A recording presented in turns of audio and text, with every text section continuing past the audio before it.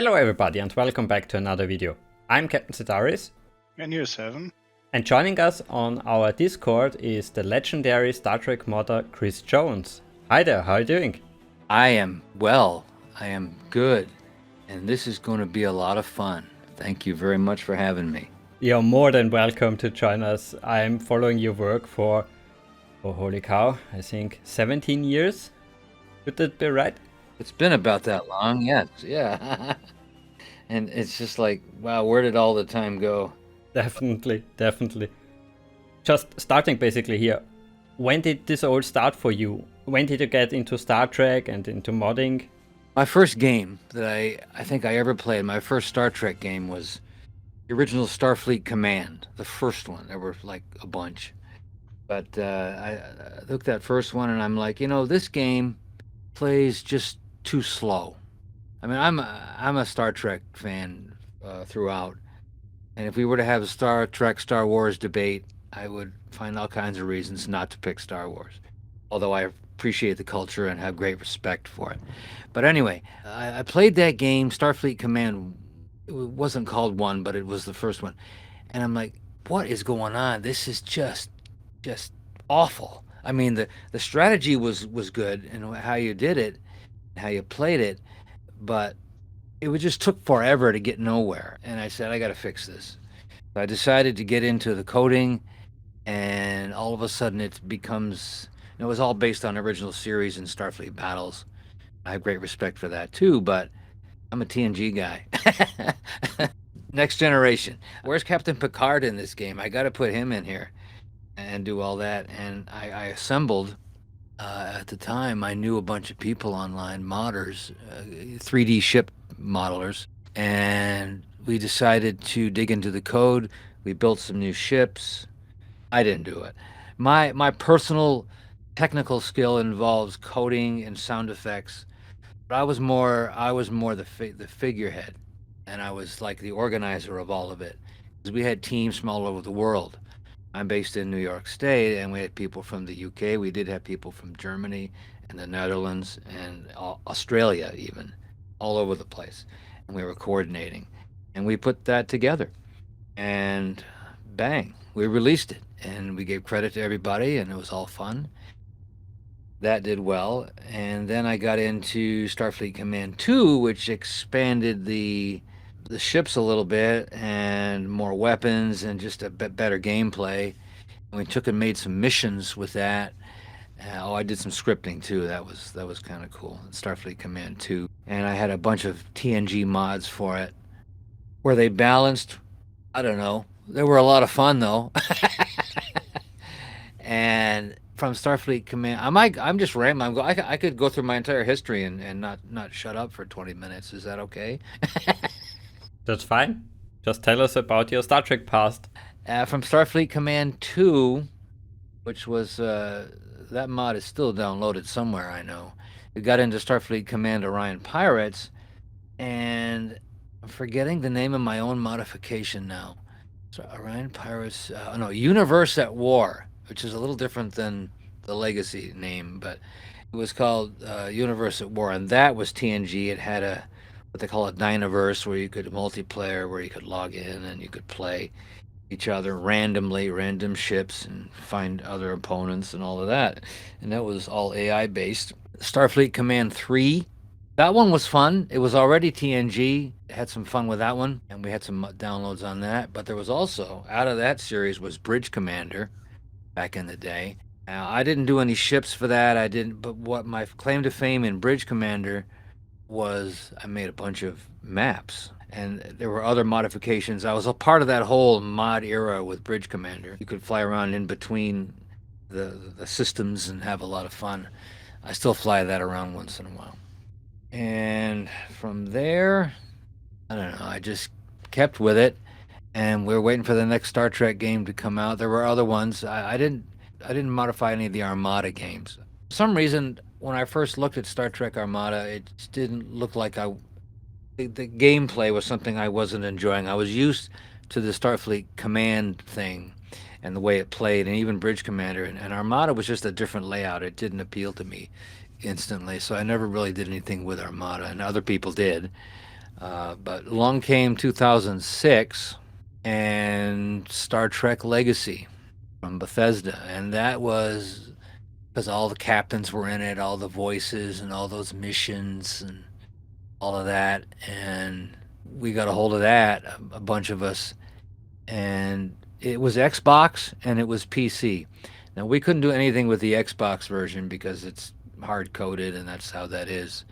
But the PC version was open game, open ended, open source, whatever, and you could have fun with it. So we did, a bunch of us. I'll name off some names that helped along the way. There was Moonraker. He was a 3D ship builder. There was Phoenix Andy. He's in the UK. He was a shipbuilder. There were all kinds of scripters. There was a guy named Muldorf. So he came along a bit later, I think '08, and he wrote a whole bunch of scripts and interfaces and mission makers and all this stuff, and you could have fun with it. We created quite a community with that. And again, I was my own personal technical ability was with the sound effects, with a lot of the ship specs, what they call ODFs, and we had all kinds of talent, knew all kinds of code and all kinds of stuff like that. It's actually funny because I didn't play the game until yesterday. I knew it was out there, but I never played it. But when I looked at the files, it immediately struck me that this is from the same, cut from the same claw as Armada. Mm-hmm. This is pretty much the same engine, I guess. And It was. hearing you talk about ODFs, yeah, I know those. It's the same for Armada 1 and 2. Yeah, actually, I knew that. It is an Armada-based game, but they took and tried to make it more 3D or some such thing. And I just like the gameplay better. And It's funny because it's actually derived from Battlezone, which was already completely 3D. And then they made Armada, which is kind of 2D, but in fact it is of course still 3D. And they went back with the same engine and made a completely different game again, which is completely in 3D. I find this a little bit peculiar well, probably not the same, but a very similar engine is used for completely different games. I know. Legacy was the one that we had the most fun with. It's fun to take the campaign, the missions that Derek Chester wrote. He's out of California. Oh, interesting side note, since I mentioned him. You know about the Borg, of course, in Legacy. And you know the movie First Contact. And you know how the Borg looks in that game in the beginning. Okay, those exact images, textures that you see on screen in Star Trek First Contact are the ones that we were able to use in Star Trek Legacy. The same thing. So if you play a Borg mission with the TNG era in Legacy, it's the textures and the look from First Contact to the T. We were able to get use of those. We had some, shall we say, connections, I guess. And we were able to use that. I didn't. It took the 3D modelers and some graphics people a long time to get those huge files down to size so they could be played in the game. But once we got it, if you see, there's a video on one of the YouTubes. It's called Chris Jones Mods, the Ultimate Borg. I mean, it's like 480p or whatever, but still you can look at it and tell. And if you play the game, you'll of course see that. So I thought that was a pretty cool thing we did there. We had this whole thing. We had this whole big release. I forget exactly when, is '08 or late '07 or whatever, and it was the Ultimate Borg, and we had this huge video, all of that. So, wow, that's actually awesome. That's a memory. That's for sure. One of the pros, I'll go with some pros and cons of the game here. Before we go there, let's go for the history a little bit more. I found a few additional facts. Sadly, there isn't much history on the internet left of this title, but a few interesting bits I found on some interviews were that the original planned special weapons like from the Armada games, so not only phaser and torpedoes. Then they also wanted to include an upgrade system, which I would so liked in this game. What I also would have been what the original planned. saving during the missions. Oh yeah. It's so sad that it was never included. No, I know. I guess you mentioned Bethesda was the publisher and Mad Dog Software was the studio behind it. I guess they were pushed in the direction to release it quickly. It's the only thing I can imagine. Yes, they were. That was it. They rushed it out. I think it was for the Christmas season that year, 06. And it had some bugs, and I don't know. And it didn't look good either. To me, it didn't look good. I mean, it was good for, you know what, they put it out for the masses is what they did. I mean, they had Shatner and Picard, Yeah, it's basically all the big captains here. so the game had all the captains, and of course, and it had the missions, but the ships, and the sounds, they just didn't seem authentic to me. Now, to the masses, yes, I guess it wouldn't matter, really, because they're not all that purist and whatever. But when we announced that we were going to modify it and make it original, make it sound like TOS and TMP and TNG, even the Enterprise era at the time, and Voyager, we just garnered a whole bunch of new fans and made it all, and made it a really big thing. That mod is still, the Ultimate Universe is still getting downloaded today from ModDB, which is where it's hosted now. What's also a little bit odd is for me that they managed to release a product which still runs totally fine on modern operating systems, but the multiplayer, it's bugged. I don't know what they created there, what monster they made. You cannot do multiplayer unless you want to use Windows XP. Can you do that?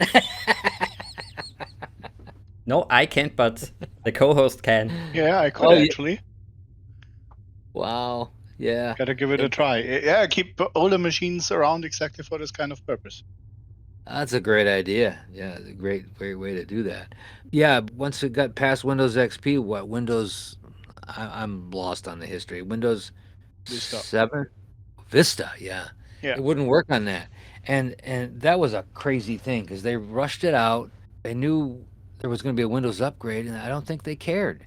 They just wanted to get it out there, and one of the immediate. To be fair, you know, I can totally agree with the game. I also wouldn't want to work under Vista.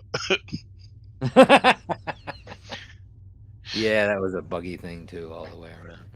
I mean, it's basically the old story. You know, we want to ship it till Christmas, and we need the money, and quality will suffer. Yeah. Yeah, that's it. Nothing new there. That's one of the reasons we took and did what we did to it. I think we breathed a whole bunch of new life into it.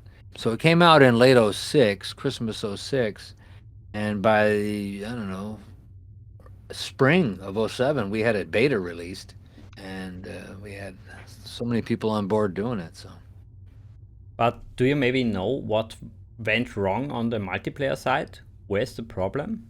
Just coding. I'm not the techiest one there, but some of my guys looked into that and they just could not figure it out. It was in the coding. It's just somehow you couldn't make it work in Vista or anything beyond XP. Right now in Windows 10 or 11, it's not going to work. I mean, I don't know. Just something with XP and Vista, the code changed somehow massively. And does it still use the Direct Play from Microsoft? I think so. You know what? I'm not sure. That's probably the only thing I can think of. Variations in the Direct Play, or they mess it up completely on their part. Mm-hmm. Yeah. I mean, why would it not work on another operating system? Usually it means something in between has changed. Either the operating system works completely different at some aspect, or the library, or in this case, the framework. And I think that it killed the game. It killed the sales at some point. Of course. Yeah, of course. And I can still play it on, but you can never play multiplayer anywhere, anytime, anywhere, which is very sad. Correct me if I'm wrong, but Vista came out 2007 or something like that. Yeah, it was about the same time. Yeah. Yeah, so they must have had it on the horizon, have seen it, and usually you have things like MSDN for exactly this kind of thing, to test out your software on a new operating system before it is released to the public.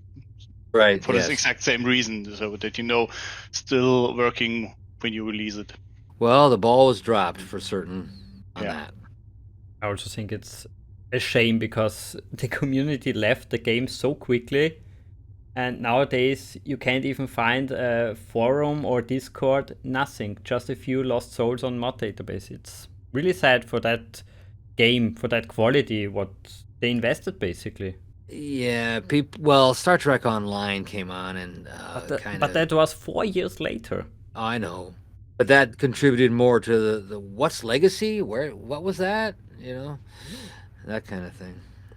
Kind of, sure, but if you consider all the classic Star Trek games survived more or less. At least they have a forum, a Discord, some kind of life is always there. Here, nothing, sadly. It is bad because they can't play multiplayer.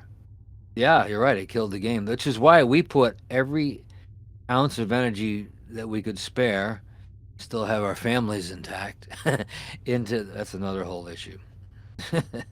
Real life versus gaming. I mean, I've done videos on that myself. It's crazy. We put every ounce of energy we had into it to make it the best single player experience that it could possibly be.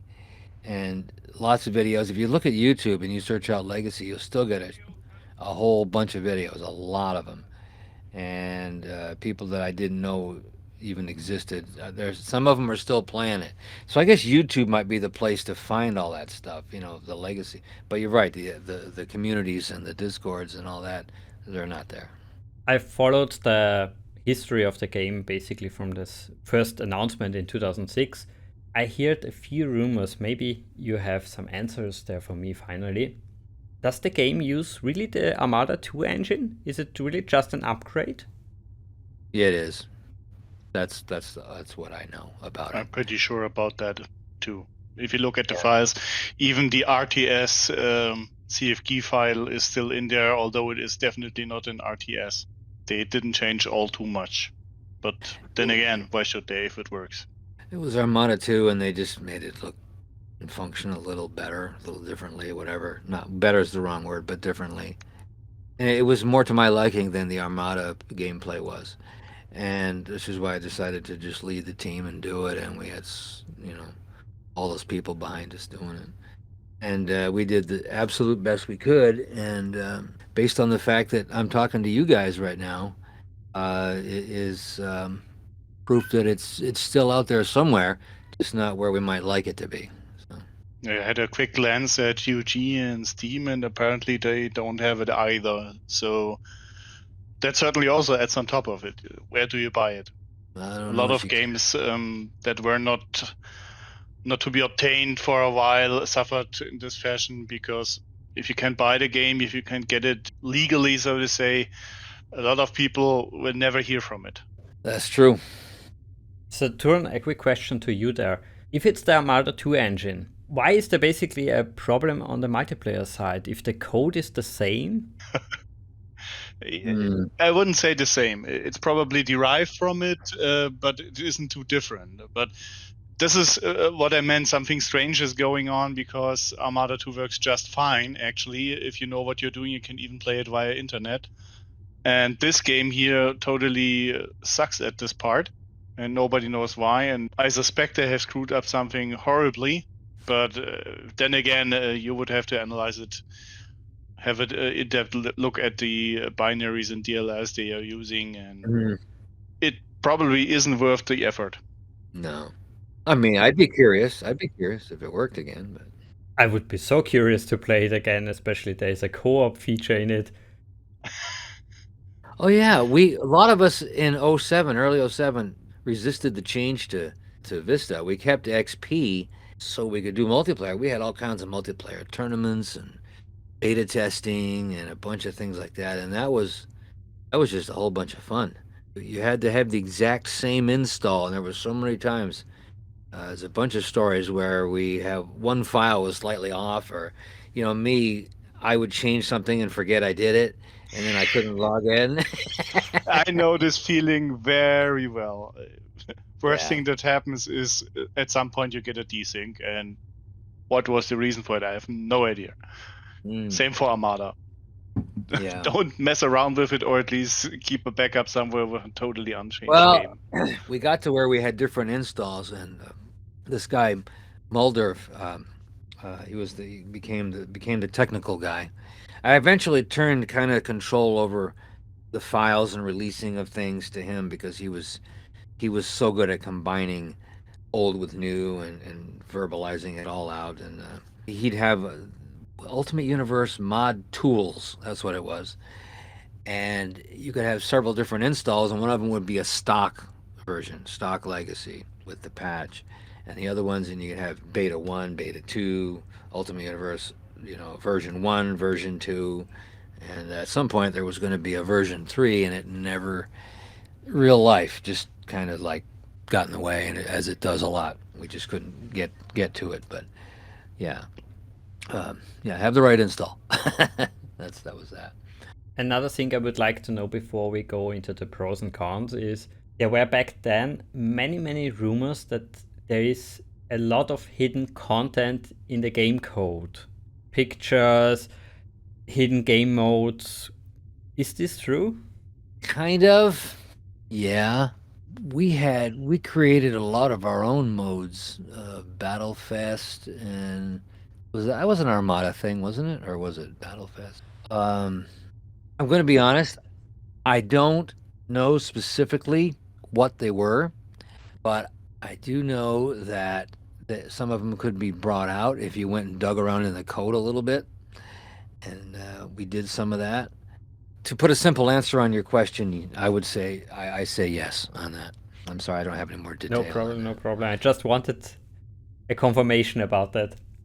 Yeah, I would say yes. So yes. Okay. Well, you wanted to start with your pros, so go ahead. Pros. The ease of modification is, as far as digging around in the code, it was so easy just to change things, make them better, do this or that. The mission, the actual campaign mission that was written by Derek Chester was very, very comprehensive. Went through all the eras, and that was just a fun thing to go through. Even in stock version, that was one of the fun things to do on that. Start out with Enterprise era, get up through Captain Kirk and his, basically 2 eras, and then we get into the TNG and the Voyager and DS9 and all that, and it was just well done.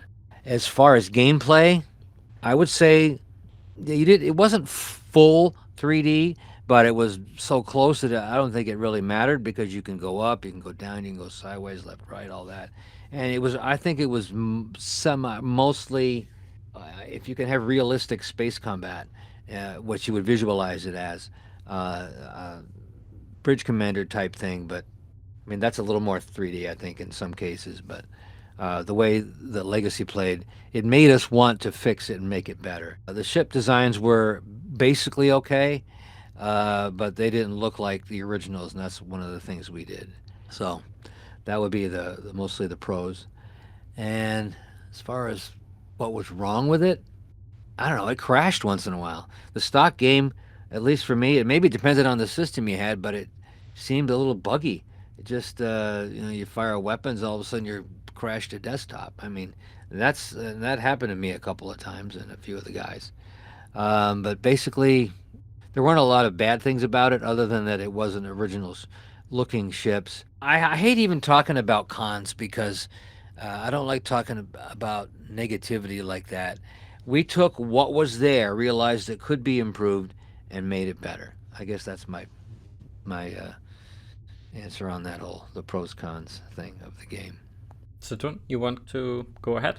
I find it difficult to say a lot about it because I haven't played it even nearly as much as you two. I checked it out for this interview here. What I find a little bit surprising at first is hearing actually Scott Bakula at first. Yeah. I've played other Star Trek games, and of course there's always Enterprise as well among the I'd say classic franchise.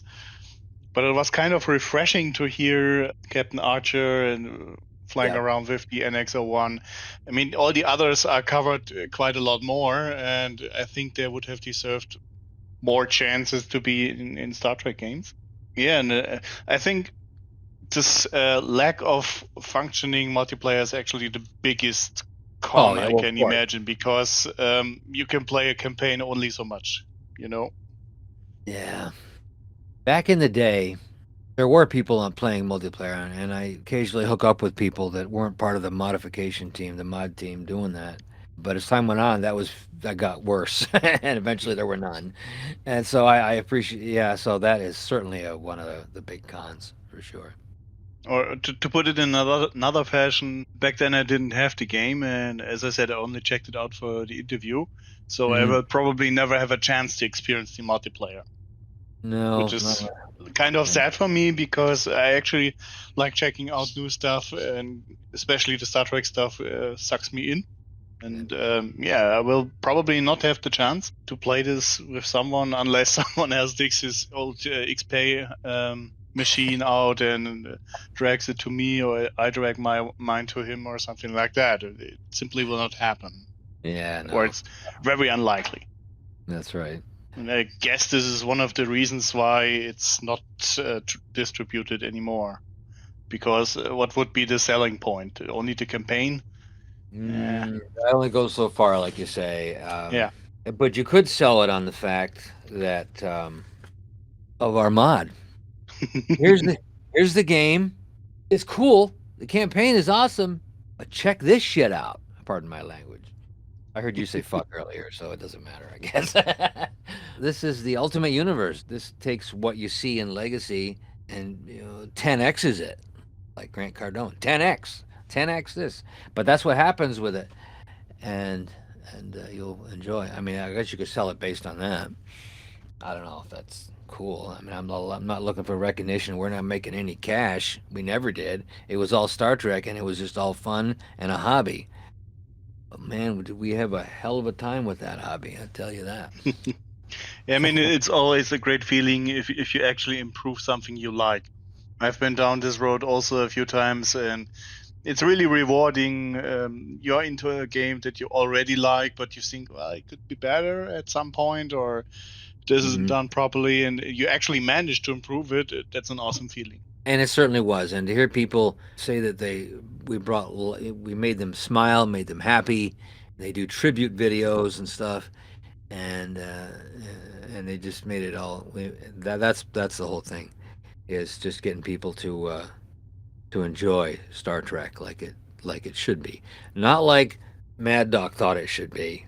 Okay, kudos to them for making the game in the first place. Okay, but when they're putting it together, they're not probably thinking about, gee, does the Enterprise look just like that? What about that phaser sound? Does it sound like that? They probably don't care. They just want to get it to work and look good, and at least sound like something good. And we had to be fair, if your publisher is in your back and says, well, we need to release it really soon, that's it. then priorities are completely different. If there's someone behind it that says it has to be polished, it has to be just fine, and should be as close to the original, completely different story. But this is a completely different take here. I'm speaking about us that had all the time in the world, of course. Yeah. And they did not have all the time in the world. So yes, I know. But the fact that they didn't have all the time in the world and we did creates the scenario of mods for games in the first place, because now, okay, the fan base picks it up and loves it and just keeps going with it and extends the life of the game. If anything, these game companies, a lot of them, they love it when somebody takes it and does that. You can't do it so much for the console games, but for PC, you can just, the sky's the limit on a lot of this stuff. So I guess the rights holders of computer games probably are just fine with that for the reasons you just pointed out. But then again, other stakeholders like CBS sometimes don't look too kindly on this kind of action. No, they don't. And you notice they shut down all the Star Trek fan films, or at least severely limited them and what they can do. And it turns out I live about 50 miles. What's that in kilometers? 60 something kilometers south of the Star Trek tour. which is a complete exact replica of the bridge of the Enterprise original series, and with all the sound effects and the view screen, the entire bridge. William Shatner's been there about 6 times. Chekhov, Sulu, Uhura when she was alive, God rest her soul, and all of that. Is That was that like a remnant of this no, it's theme something park?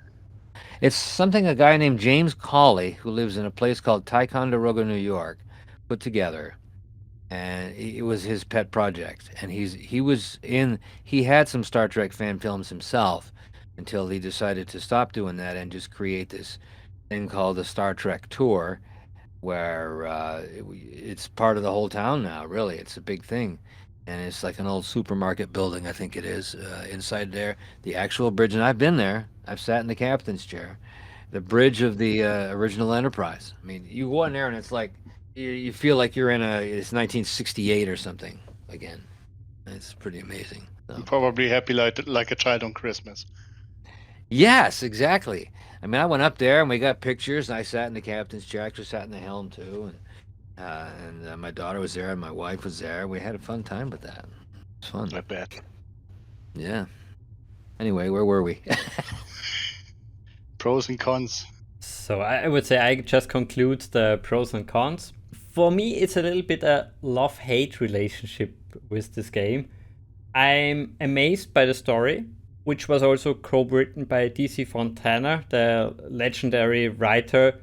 She wrote 17 episodes in 3 different Star Trek series. And I think there they really had the focus on being true to the original Star Trek franchise. There they hit really the nail. Also, what I really like, they didn't invent any new crappy race. So many games did this mistake. They invented something which didn't fit the franchise. That always bugged me too. So yeah, it gets you out of the immersion a little bit.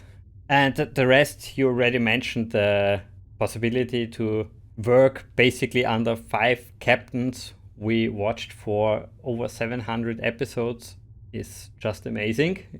You can't get this anywhere else. That and the inclusion of every mod I tried makes this really sad to say that the game has, for me at least, some big cons. For example, the controls are really a poor port from the consoles to the PC. I replayed the game just a few hours ago. I just finished it. And how many times I told a ship to do something and it didn't work. It's just frustrating. It's so... So it's not just me. No. And sometimes you finish a few missions, say 2 or 3, and the next mission is so bugged that the controls don't work. You have to press F on the keyboard to make certain actions, and it doesn't work. You have to restart the game, then it works. Did you patch it? There was a patch. Yeah, I patched it. Then it still didn't work. So yeah, some of that was addressed in our mod, Ultimate Universe, where we made everything work to the best of our ability. And you're right, that was a pretty big con. I got used to it. I kind of overlooked it myself because I knew how to get around it. But yeah, for the first time player, I know what you mean. And also coming from Bridge Commander, my friends and I expected the big next Bridge Commander. And then you have sadly a gameplay which is, for my taste, too easy. You don't have weapon arcs. You don't have different phaser banks. You have one giant phaser bank, basically. The repair system and the power system is just a little bit shallow for me.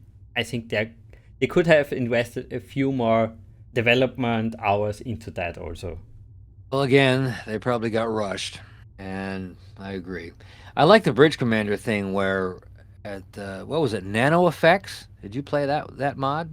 Yeah, definitely. It's amazing where you can fly to DS9, have some missions, experience basically a whole galaxy. That was nice, yeah.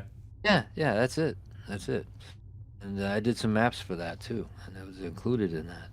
That was just a bunch of fun. But for Legacy, yeah, it would be nice to have weapon arcs, We had those in Starfleet Command, by the way. And if you weren't in the arc, you didn't fire. In Bridge Commander, you can fire and miss, which is interesting. It's depending on how much power you have in the sensors. True, yes. I gotta ask, you said there's a patch out there. In general, is the modding also done on a binary level or only in the text files, so to say, the ODF files, SODs? Before there was a patch, we had started modding the game. And at some point with our mod, when we were releasing beta versions of it, we included the patch. Were you asking if we modded without the patch first? Is that what you were saying?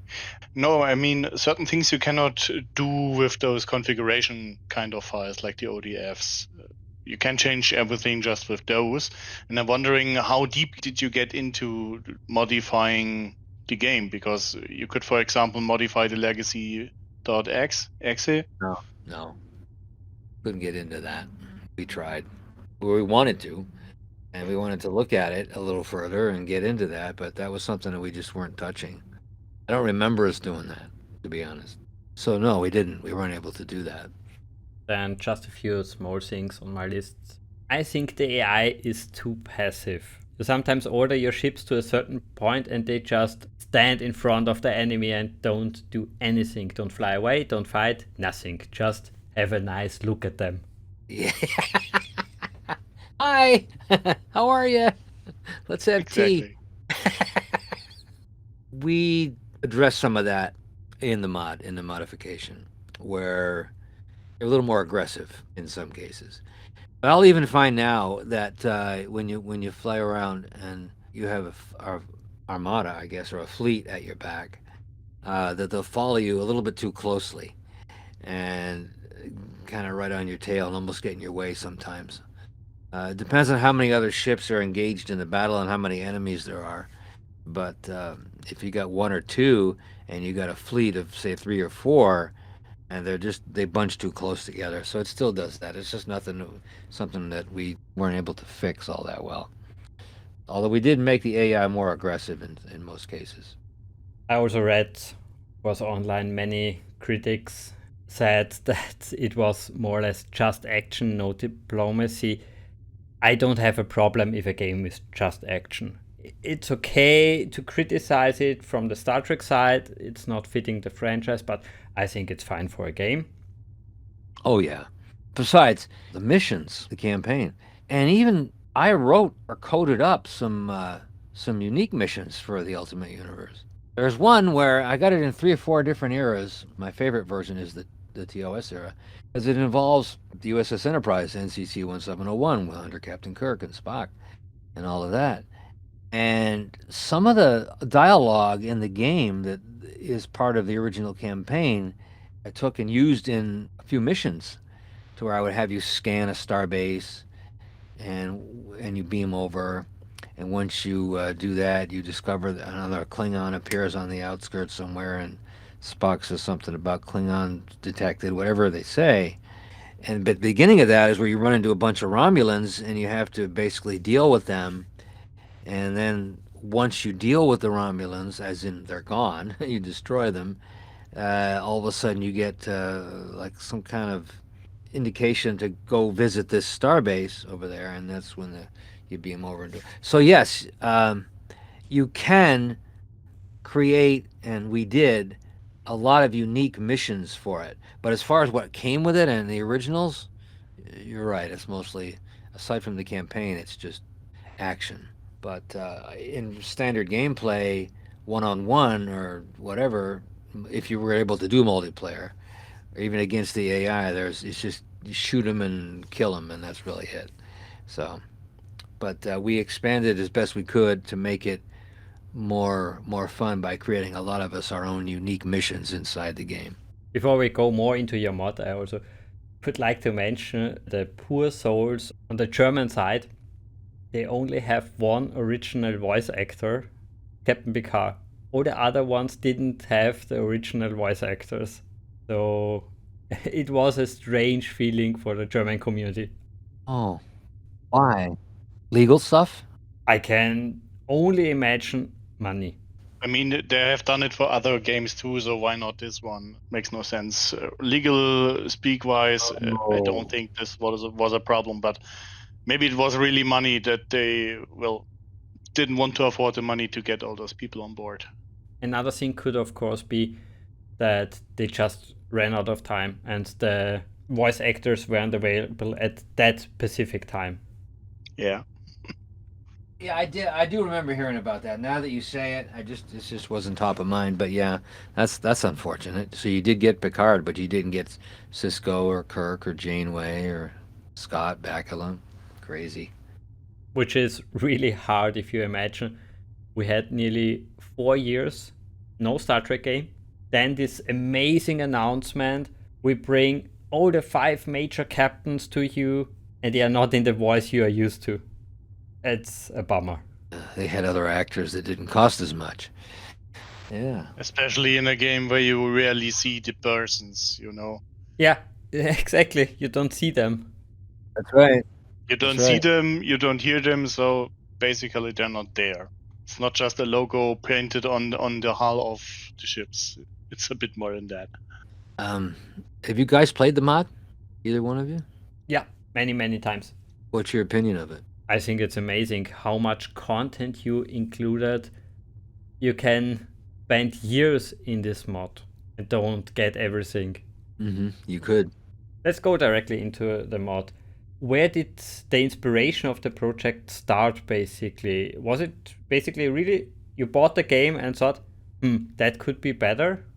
It's based on what I did, and some of the people I was with did previously. We mostly with involving the Starfleet Command series. We had one heck of a successful run with Orion Pirates, if you've heard of that one, and the Universe at War, it was called, and it was a TNG. We made it all TNG and all that stuff. So the inspiration to do Star Trek Legacy, Ultimate Universe, was born out of our love for what a lot of us had done in Orion Pirates, and we were just waiting for Legacy to be released so we could get our hands on it. And once we did get our hands on it, we realized all the things wrong with it, such as we've all been saying. We decided to basically carry on the tradition to make it as realistic and as canon to the shows as possible. And every little detail, sound effects, red alert in the background, bridge sounds, the actual real phaser sounds, the TMP phaser sounds, not just some rehashed something else. Everything, all the details. That was the inspiration, is to take what we had done previously in other games and bring it to Legacy and make it the most unique and comprehensive Star Trek experience that anyone could have. And that was our goal. You also mentioned, or I also mentioned, the many different features you have in this amazing mod, but I could never find a document or a website, anything which explained everything in the mod. Is there anything? Do you have maybe anything on your hard disk? Isn't there a README in there? Maybe it's not as comprehensive as it needs to be. It isn't, yeah. Yeah, you're right. There's a lot of credits in there. Somebody made this ship, somebody made that ship, blah, blah, blah. I think those are all there. But you're right, there needs to be a book on it, an ebook or something on the mod. And in fact, you know what? I'm going to talk to the guys. Maybe I can do it myself, because I can take all the READMEs and all the missions and all of that. I mean, this is a little time, it's going to take some time. And I'll put it on my project list along with everything else. But yes, I don't know why we didn't actually do that to start with, but I'll see about creating one for whoever wants it at this point in time. So, how's that? That's very kind of you. And I guess both Saturn and I are always a big fan of good documentation, which is also public and not hidden on a Discord or on a forum where you need an account. Just public for everybody. Well, I have a website for the mod. The downloads are on ModDB at this point, but there is a website called ultimateuniversemod.net. And I never did flesh it out to where I wanted it to be. And I had this goal of making it kind of what you say, documentation and just stories and this and that, and of course maybe download links too, but all of that. So when I do put this together, it'll be likely on that website, ultimateuniversemod.net. Talking about the website for a short time, I know you had some interviews in the past. I even heard a few of those. Some of those are even on your website, but the link is broken. Do you have all of the interviews, the audio files? If I don't, I know somebody that might. Okay, so at least you could upload it again, because we like to preserve that kind of history. Yeah, that is something we'll put on the website too. I'll get it fixed up. I'll make it a project. And I'll keep in touch. Now that I know where your Discord is, I'll come visit you once in a while. Cool. Nice, thank you. You mentioned many different developers. Can you maybe tell us how big was the team, roughly? Well, we used TeamSpeak back in the day, and there were times when we had 20 some odd people on there, we had regular meetings, weekly meetings, sometimes more than that. It was a busy TeamSpeak server at the time. 20 tops anyway.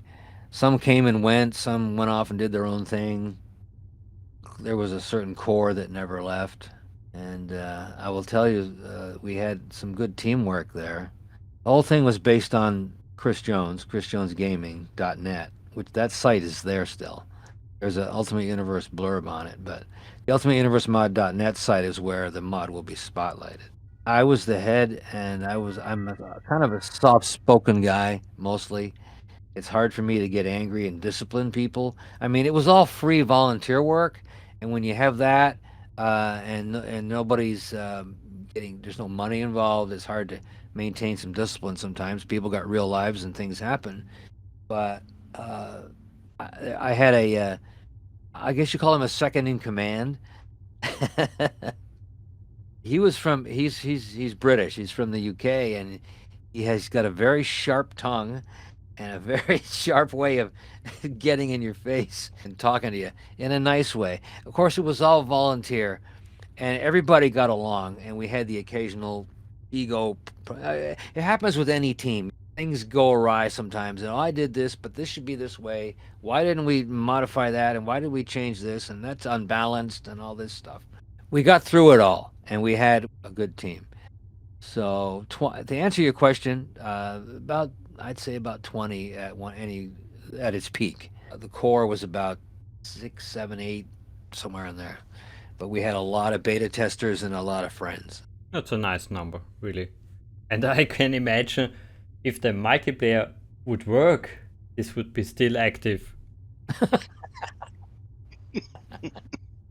We're always back to that, aren't we? Yeah. Saturn also touched the subject already. How hard was it to make this mod? Because you mentioned you hadn't access to the binary. I guess there were many features which you couldn't realize, basically, because you didn't have that. Yeah, but there's so much else. We had the ships, especially new ships. There were so many people with talent I don't have, but they were able to build 3D ships, and then you had to export them in the right format, get them into the game, and then you had to make sure they looked okay. People like Moonraker. Moonraker, that name, the man is legendary. I knew him from the days of Starfleet Command in the late 90s, and he just kind of followed me up through. It was because he's a Star Trek geek, of course. So Starfleet Command 2, Orion Pirates, Starfleet Command 3, and then with Legacy. With Legacy, he built an exact replica. I mean, to the absolute minute detail, impulse engines and the look and all that, of the TOS Enterprise. Perfect. And then I came along with the right exact sound effects and all of that. So the building of the ships was one of the things that didn't matter. The binary, that file didn't matter, okay? Because we were able to change a whole lot of other stuff with that. Mostly the look and the sounds. That was a lot of it. Good 80-85% of it was that. Making it, just changing it. And substituting the really abomination 3D file of the Enterprise that they put in the game, again, because they were in a hurry, so, got to be fair to them. But we had all the time in the world, so Moonraker made this ship, TOS, original series, absolute perfect replica. I mean, you look at Star Trek from the 60s and you look at this ship, and they're the same. The one in the game. And then variations of what would be the TOS fleet, other models. If you look at the Star Trek technical manual from then, all those other ships became models in the game. I mean, the frigates and the Miranda type class ships, the lesser ones, and even the big dreadnoughts, one with 3 nacelles on it, TOS. Moonraker did all those. The sounds and the look were what we changed most. That's what people responded to the most. And then we got into mission writing. And once you start replacing the ships that were in the game with different versions of them, but you call them the same thing, that way, and with the same exact file names, and you can play the mission through the campaign, and all of a sudden these new, better looking ships with the right sounds and looks are playing. You're playing the campaign with and it looks more authentic than it did originally anyway. And you still have William Shatner's voice and Scott Bakula and Patrick Stewart and everybody, but they have these new looking ships. So we were able to do quite a lot, and that's how we did it. And can you maybe remember a point in time where you hit a wall, a feature which you just couldn't get in? That's a good question. Wish I had my techie guy here. He would be good on that. I don't know. I think in order to get better gameplay, we wanted to crack that exe file, but we weren't able to. And I believe that would have been illegal at the time anyway. If I'm speaking wrong here, I apologize to whoever's listening, but I think it was illegal at the time to go cracking into an exe to do that and release it. Because if you were to release it, then you're violating some kind of thing. A specific feature, I have to say I can't recall any. I think maybe when we were trying to get the ships, the AIs, to do more than they were really capable of. Like you were saying, they were sluggish and they sit there and just look at you and say, let's have tea or something. And they just sit there and look at you and don't do what they're supposed to do. We did our best to get that worked out, but it didn't always come out the way we wanted it to. So I guess that would be the answer to that question. And to conclude the Ultimate Universe mod topic, are there any plans for the future? Any remastered version? Something like that? Not formally. In the background, there was talk of another, an update, just like an add-on. A patch is the wrong word, but 3.0. There's a 1.0 and there's a 2.0. And there's a 2.2 that was in beta testing that I have, but it never made it public because we're going to do some balancing and some other stuff with it. Just make it, tweak everything that could possibly be tweaked. But that takes a lot of man hours because it's such a big mod. And so nothing formal. I'd like to think that Mulder, who's now running it, because he's in charge of the releases and putting it all together and creating the downloads and all of that. I'm more of a figurehead now. I kind of turned over most of the power on that to him. It's basically up to him because it involves so much coding and there's no one else really involved with it, at least not from my viewpoint at this point, because he has like all the files. He created something called the Ultimate Universe Mod Tools, which I don't know if those are on ModDB or not. And everything is tied into that. He's very good at organizing and keeping everything there that way. Another long answer, but formally I don't think so at this point, but it hasn't been shut down, put it that way. Let's just say that. Well, we can always hope for the best. Yes, we can. Speaking about hope, if there is ever a sequel, what are your wishes? Sequel to Star Trek Legacy, the game? Yeah. Something with similar gameplay, a little more 3D. I mean, you could say Star Trek Online which is quite popular. I've played it a few times. I don't know. My life shifted. I got to be honest. After the Star Trek Legacy stuff, I just kind of moved away from a lot of the gaming. My business, I work from home and I do videos and audio, and it doesn't really have much to do with gaming anymore, if anything. But as far as a sequel, I would love to see this game fleshed out with all the bugs taken out of it and some customizable missions, but not that you had to build yourself as a modder, some that would come with the game, like a PC version where you could take it and create a mission, and all the coding in the background is already taken care of, so you don't have to be a genius. You could be a carpenter and play this game and enjoy it. Something like that, to where you could make it like our mod, only a lot of it would be something that the public would already get into. I don't have any real desire to create another modification myself, because it takes way too much, unless I'm making money doing it, which is another whole thing. But if it's a volunteer effort, if it's another Star Trek game, I wouldn't really have the time in my life to do that now. Which is why a sequel, I think, would have a lot of that stuff already in it. And if they can get whatever actors can do it or want to do it now to do it again, that would be good. Did that answer the question? Kind of. Definitely. And you touched something I completely forgot for many years, which is missing in games nowadays, is the mission editor. We had this in so many RTS back then, but it's completely gone nowadays. It's a shame. Yeah, create your own scenario. You know how long that extends the game? I mean, the life of the game, especially for Star Trek people. We're all geeks in that way, and we'd like to create our own scenario. What if the Enterprise A met the Enterprise E? How would that go? I mean, you create your own shit. Yeah, I mean, it would be awesome. It would be great.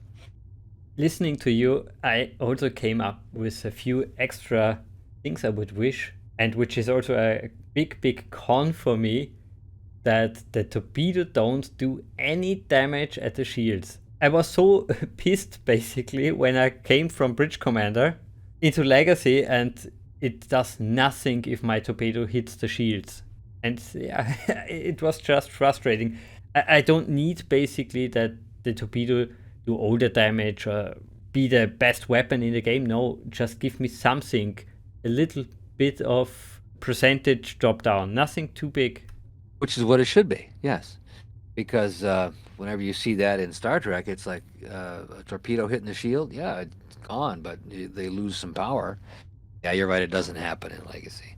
You have to basically phaser the shields down and then blow them up with a torpedo. If you're lucky enough that your phasers don't kill it before the torpedo hits it. True. I mean, you could just use all phasers and blow the hell out of everything if you want. I mean, I've done that. I mean, there's a lot of fun in Ultimate Universe. We have this Uber section where you have this thing called the USS Relativity. It's the Wells class, I think. And it's something based on a Voyager episode. And one phaser from that, for 5 seconds, it'll take down a cube and destroy it. Borg cube. Some stuff like that. And then you have the Armored Voyager. Which was, try that sometime. It'll take a lot of hits, and it'll blow everything up in sight. We did some fun stuff like that. I mean, we wanted to make the mod realistic to the shows, and we also wanted to make it a lot of fun if you just wanted to go blow stuff up all day. And that's it. If you get off on that, that's cool. I mean, that's what a lot of gameplay is explosions and fun. But there's also the campaign and component and the mission component and actually doing things to canon. And we wanted to address both in the mod, and I think we did that pretty well, actually. Listening to you, I just wish the next title would have something those newer games have all the time, a functional multiplayer. It would be so amazing to have that and play that. Oh, I know. I was not going to say it. I gotta tell you guys, back in 07, when a lot of us still had XP, we would do that. We would just blow the hell out of each other. Then I think the last real thing, besides of course working controls and bots and everything, would be a little bit better cutscenes. It works that I don't see Captain Archer, but it would be nice to see them on the bridge, have a real cutscene. It would help a little bit the immersion. Hearing you guys talk about the cons, the pros and cons, brings back a lot of things that I had forgotten since I haven't been actively involved in gaming and modding for quite a while now. But what you're saying is, yeah, cutscenes, bridge stuff. Bridge Commander had that. I mean, you heard him talking and you saw him on the bridge. You had that bridge option. With Legacy, you don't, and it's just all outside. It's all space, which is good to a point. But yes, and that would be one thing I would love to see in a sequel. I'll just bring that back around, to have it be more Bridge Commander-ish, to have actual bridge scenes, or at least maybe a picture of them in the corner, or some kind of animated version of them talking or something. Either way. So yeah, I agree with you there for sure. Especially if you have to consider maybe there are some fans which didn't see all 700 plus episodes, all series. It would be nice to have at least a picture and the name below it. Yeah, it would be. Now, they're all still alive, aren't they? Yeah, they are, Scott. William Shatner is what, 90?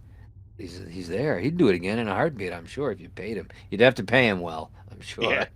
Yeah. And Patrick Stewart, who is still got, I'm waiting for Picard season 3, and that's going to be pretty good, I think. We can only hope. Well, yeah. My favorite scene in Picard was where Riker pulls up on that, kick your Tal Shiar ass, or whatever he said. That was... But, yeah, we could go on about that show. Yeah. We could frame this new series into oblivion. Oh, and I do like Strange New Worlds. What do you guys think of that? Have you seen it? I'm currently in the process of watching it. I think in the 7th or 8th episode. I like it, but I don't want to say different. It has some rough corners, let's say it that way. It could be better. Wait until you get to the season finale. No spoilers. Just wait. You'll love it. Okay. I'm looking forward to it. In general, the atmosphere and everything is great. Yeah. But there are some episodes, especially at the beginning, which are too hectic. It's action on action on action, no breathing room. Yeah. It's strange a little bit. It's different, yeah. You're right. Well, I think that if they were making the original series now, today, brand new, Star Trek is brand new in 2022, I think it would look a bit like what you're seeing in Strange New Worlds. I could imagine, yeah, definitely. And I would even say I would like that. Even though I'm more into the Orville than the current Star Trek stuff. Yeah, I could watch the Orville all day. That was... But that's opening a whole new subject, so... Yes, it is. I would say let's conclude that with the last question from me. Basically, what is your favorite series? Favorite Star Trek series? Yeah. I mean, I was alive in the 70s, okay, for the original series reruns. And that's when I first started watching them. And my favorite episode was Doomsday Machine. And the remastered version of it is like my all-time favorite Star Trek episode of all time. Because there were a lot of TOS shows or episodes that I cringe at. I just can't watch some of them. Yeah. But there's a lot of canon in there, and there's a lot of great stuff. The Obsession, one with the gaseous cloud, that was a crazy way to travel, spreading a man's molecules all over the universe, stuff like that. I mean, some of the dialogue. But my absolute favorite series, I think, would be The Next Generation, TNG. Because that, at the time in the 80s, it took the TOS and updated it, and that's instilled in my mind. And there's a lot of great DS9 episodes, all those battle scenes, and I'd like to see them all remastered, very honestly. It'd be nice. Voyager I enjoyed, not as much for some reason. It just didn't hit me as well, although I appreciate, I did see them all, and they're all good. Discovery... Even the lizard episode? The what? The lizard episode. Oh, no. Well, they weren't all good then, were they? You're right. Most of them were. And Enterprise, Scott Bakula did not get his due for that, and he was on a bad network. At least in the U.S., he was on UPN, and that was a shit network to start with. And he got screwed, basically. And he wanted to do more of that stuff, and I would have liked to have seen more of Enterprise. My favorite episode there was the Mirror episode 1, where the whole Defiant tie-in, USS Defiant from TOS, and they blew the hell out of everything with it, and that was kind of fun. Discovery, honestly, not a fan, not a huge fan. At least not in the beginning, where they butchered the Klingon look, I thought, at the time. My brother gave me all kinds of hell for that. He's like, you just don't have an open mind. Well, they don't look right. It was a fun discussion. But it got good, especially when they got into the whole 900 years in the future thing, and the whole episode where they introduced Captain Pike and the whole Pike tie-in to that. That's where it got good, Enterprise. And Strange New Worlds is great. I'm waiting to see where it heads. I think TNG is my all-time favorite. That's a long-winded answer, but that's it. But it's a nice answer for the anniversary of Star Trek, so it fits. Well, yeah, it is the anniversary, isn't it? September. Time flies. Yeah, it does. But I would say, basically, this is the part of the video where we open the mic to you. Anything you would like to add? Just that I want to say, and I'll forget some names, but I want to basically thank the personnel and the people on the mod teams that I've had throughout the years, but we'll concentrate on Star Trek Legacy because that's the subject. Chris Jones Gaming was formed then. Before Legacy, it was just Chris Jones Mods or something. It was me, one person. Chris Jones Gaming as an entity was formed by myself and a guy named Philip Morris in the UK. Mindwipe was his nickname. And he started it. We had an advisor who was a Star Trek guy. His name was Victor Mullen. He's from Scotland. And I had Moonraker, a 3D modeler from the previous time he stayed on with us. And Phoenix, and a guy named T-Jaws. He was from Australia. Sean Wurgis. He's in the U.S. Army, or I think he's out of the Army now, but he was a beta tester, and we got a ship named after him. Basically, I want to thank the team. And I didn't get all the names. I should have made a list and read them all down, but I didn't. So basically, I want to thank the team for creating and sticking with me and making Star Trek Legacy what it was, and enjoyed by so many thousands or hundreds, tens of thousands of people, because it's got that many downloads on ModDB. It's, I don't know, it's some kind of crazy number up in the thousands. So thank the team. That's really what I wanted to say. I really hope they will listen to that, and also to my thanks. I also enjoyed your mod for hundreds of hours. It's still good to come back after so many years and play it. Oh yeah, still have it as an icon on my front screen here, so fire it up once in a while. I'm gonna keep in touch with you guys, and I'll come back. I'm gonna work on that ebook thing. I don't know if you call it an ebook, but documentation for the mod. At the very least, I'll put up all the readmes all in one spot and then do some kind of synopsis or something. Looking forward to that. Then I would say that's it for this review. Leave us a comment, tell us what you think about the game, and of course, play the game. Until next time. Bye-bye.